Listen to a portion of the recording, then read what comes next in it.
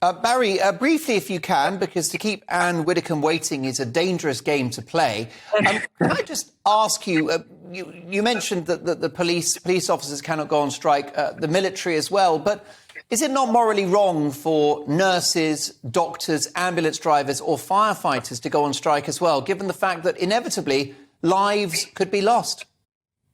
Well, you know very well that the ambulance drivers and the nurses have done everything in their power to ensure that emergency services are kept running and that critical care will be delivered.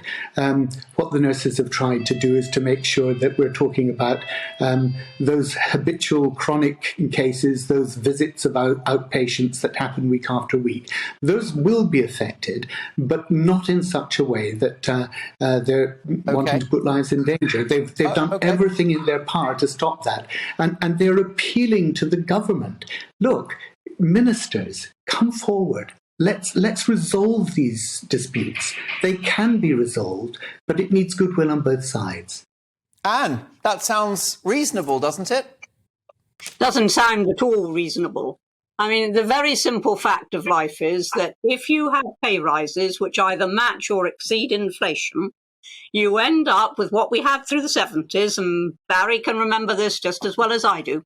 We had the infamous wage price spiral, whereby wages go up, you have to increase prices to pay for it, therefore people want their wages to go up again. And that is what this government's got to avoid. And a claim by the nurses for 19% is cloud cuckoo land, quite honestly.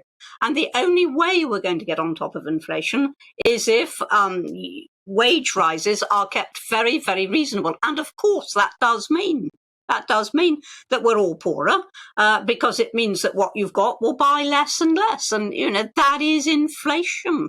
And that is the evil which we've got to counter. Now, having said all of that, I remember 78, 79, the winter of discontent. And then I remember how just a few years later, we were booming, literally booming. And that was because Mrs. Thatcher got on top of the problem. Now, I think the government is not being mean.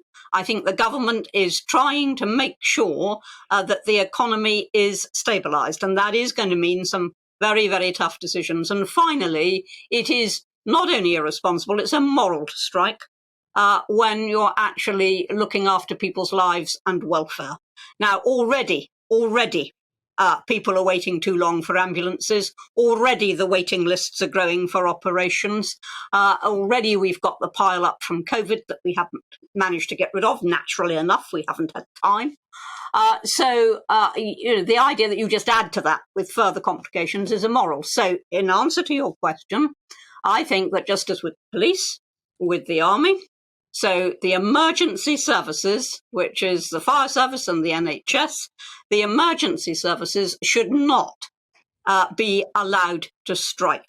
And I feel that very strongly. And I can't imagine why anybody would want to strike, bearing in mind what the result could be.